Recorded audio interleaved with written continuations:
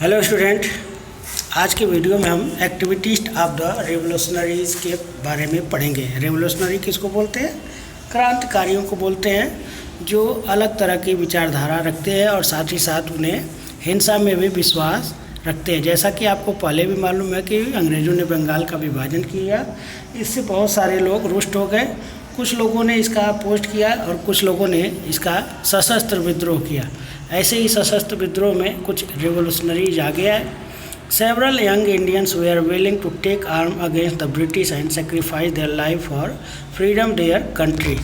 कुछ भारतीय जो नौजवान थे, उन्होंने शस्त्र के साथ ब्रिटिश के खिलाफ अपने बलिदान देने के लिए, जीवन का बलिदान देने के लिए और स्वतंत्रता प्राप्ति के लिए, देश की स्वतंत्रता के लिए उन्होंने अपना बलिदान भी दिया। ऐसे क्रांतिकारी भी जो इनके खिलाफ लड़े, दे वेयर कॉल्ड रिवोल्यूशनरी। उनको क्या कहा गया? रिवोल्यूशनरी कहा गया। Okay, revolutionary means that person which fight with country to their enemies by arm. यानी रिवोल्यूशन यानी क्रांति जो है उन्होंने शस्त्र के द्वारा शुरू किया, इसको हम रिवोल्यूशनरी बोलते हैं। इसमें कुछ है रिवोल्यूशनर्स कौन कौन थे? Barin Ghosh, Khudiram Bose, Chandrashekhar Azad, Bhagat Singh, Sukhdev, Rajguru and Udham Singh were some of the prominent revolutionary. इसमें जो ये इम्पोर्टेंट रिवोल्यूशनरी थे। World war first and after, प्रथम विश्व युद्ध शुरू होता है और उसके बाद की घटनाएं क्या होती हैं? World war broke out in 1947। आपको पता है कि वर्ल्ड वार यानी प्रथम विश्व युद्ध शुरू हुआ 1940 में। अब ब्रिटिश के लिए ये समस्या हो गई, क्योंकि उसकी ब्रिटिश एम्पायर पूरे दुनिया में फैले हुए थे, तो सबसे ज़्यादा खतरा ब्रिटिशों के लिए था। उन्होंने भारतीयों से आग्रह किया कि वो भारतीय सेना के खिलाफ लड़ें और गांधी जी के अनुरोध पर बहुत सारे सैनिक जो है ब्रिटिश सेना की तरफ लड़े। Indian soldiers fought on behalf of the British, यानी भारतीयों ने ब्रिटिश सेना की ओर से लड़ाई लड़ी। The Congress through that thought that this would make the British gain them freedom. Congress ये सोचती थी कि अगर वो भारतीय सेना उनके साथ लड़ती है तो वो देश को आज़ाद कर देंगे।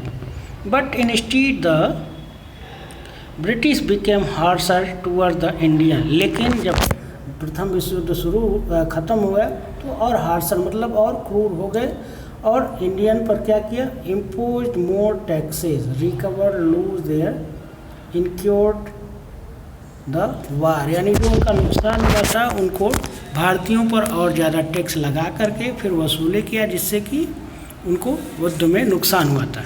अब यहाँ पर देखिए भगत सिंह के बारे में। Bhagat Singh one of the most famous revolutionary of the Indian freedom struggle. He believe that India could win independence by attacking by British. Bhagat Singh ऐसे क्रांतिकारी थे, उनका मानना था कि भारत को संघर्षों के द्वारा ही स्वतंत्रता मिल सकती है। अगर हम ब्रिटिश पर अटैक करते हैं, उन पर हमला करते हैं, तो निश्चित रूप से वो इस देश को छोड़ने के लिए विवश हो जाएंगे। He and his friend shot British police officer John Sanders. उनके साथी और उन्होंने मिल करके किसकी हत्या की? जॉन सैंडर्स की, mistaking him for James Scott. James Scott वही व्यक्ति था जिसने लाला लाजपत राय पर लाठीचार्ज करके सविनय अवज्ञा आंदोलन यानी रॉलेट एक्ट के विरोध में हत्या कर दी गई थी। तो उन्हीं का बदला लेने के लिए, जेम्स स्कॉट की हत्या करने के लिए भगत सिंह और उनके साथी गए थे, लेकिन गलती से उन्होंने सैंडर्स की हत्या कर दी थी। The man who responsible for Lala Lajpat Rai death, Bhagat Singh was arrested and finally hang by the British rule. Bhagat Singh इसी के द्वारा वो पकड़े गए और फिर उन्हें फांसी की सज़ा सुनाई गई। His sacrifice inspired the youth join freedom struggle. He continue to inspire people even today. और उन्हीं के आंदोलन से, उन्हीं की प्रेरणा से लोगों ने आंदोलन में भाग लेना शुरू किया। आज भी जो है भगत सिंह युवाओं के प्रेरणा स्रोत हैं। अब आते हैं वर्ल्ड वार फर्स्ट में। तो हम बात कर रहे थे कि कांग्रेस ये सोचती थी कि अगर हम ब्रिटिश के तरफ से फर्स्ट वर्ल्ड वार की लड़ाई लड़ते हैं तो निश्चित रूप से ब्रिटिश जो है हमें स्वतंत्रता प्रदान कर देंगे। लेकिन उनको ये भूल एहसास हुआ, क्योंकि उन्होंने जब वर्ल्ड वार ख़त्म हुआ तो उसके बदले ब्रिटिशों ने और अपनी क्षतिपूर्ति की वसूली के लिए भारतीयों पर और बुरी तरह से टैक्सेस लागू कर दिए, जिससे कि और दयनीय स्थिति हो गई। Gandhi leads nation. अब भारतीय इतिहास में गांधी जी का नेतृत्व था और उन्होंने इस नेतृत्व को शुरू किया। In 1915 Gandhi ji came back India from south Africa. 1915 में गांधी जी अफ्रीका से भारत आए। He was invited to join Indian National Congress and join struggle for free independence. उन्हें भारत के लिए आमंत्रित किया गया और उन्हें ज्वाइन करने के लिए कहा गया इंडियन नेशनल कांग्रेस को। और within a few year he became one of the main leaders of the Indian freedom struggle. और कुछ ही वर्षों में भारत के वो महान नेताओं में से एक और मुख्य नेताओं में से एक बन गए। He was loved and revered by Indian masses.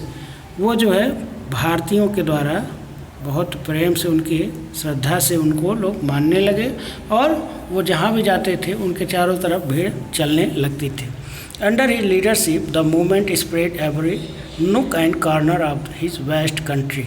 उनके नेतृत्व में पूरे देश में हर कोने में, हर क्षेत्र में मूवमेंट, आंदोलन फैल गया।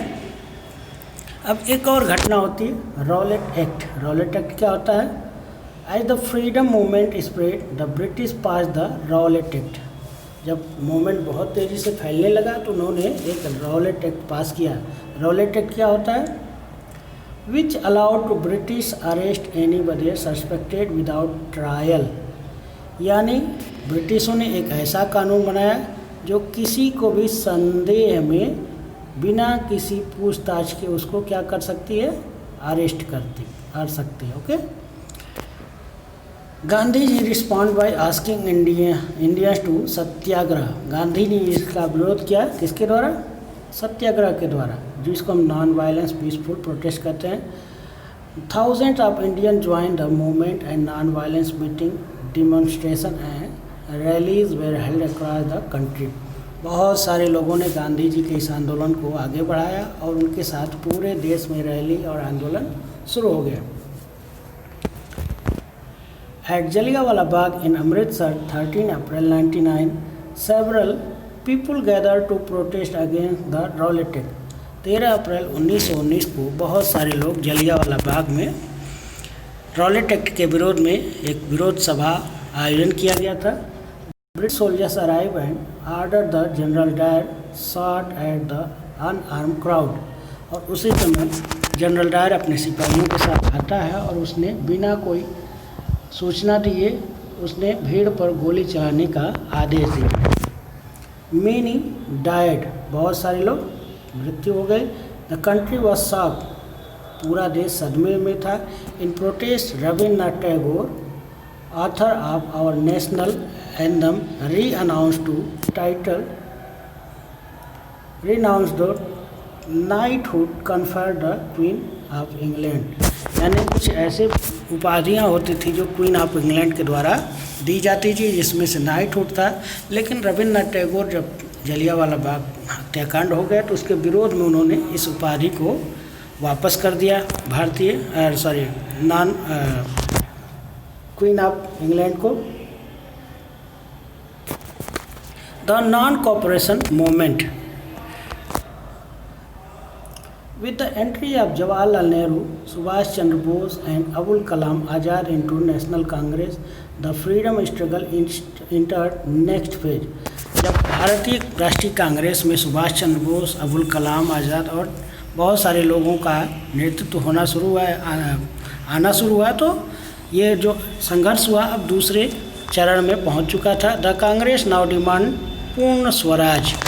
पूर्ण स्वराज मीन्स क्या होता है? Complete independence from British rule. यानी पूर्ण स्वराज जो है मांग करना शुरू किया, जिसमें भारत को पूर्ण स्वतंत्रता के लिए आंदोलन शुरू हो गया।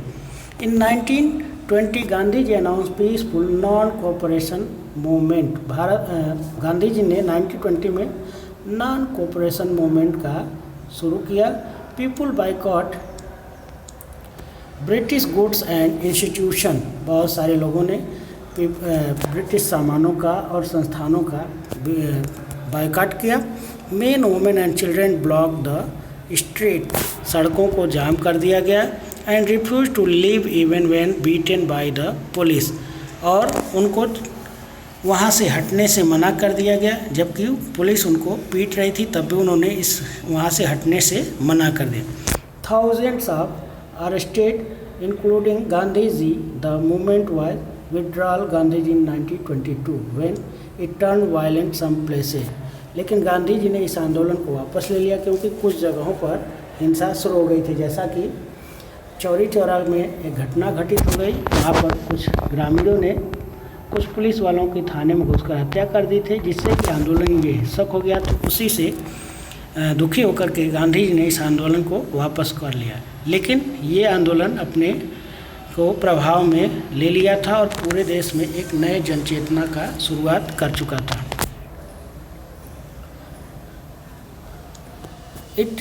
He strongly believed that the movement could be successful only non-violence। Gandhi ji ने उस आंदोलन को इसलिए ले लिया कि क्योंकि उनका मानना था कि कोई भी आंदोलन या कोई भी प्रोटेस्ट हम नॉन वायलेंस अहिंसा के द्वारा हम उससे सफलता प्राप्त कर सकते हैं। ओके, तो इस वीडियो में बस इतना ही। नेक्स्ट वीडियो में हम सिविल डिसोबीडिएंट मूवमेंट के बारे में चर्चा करेंगे। धन्यवाद।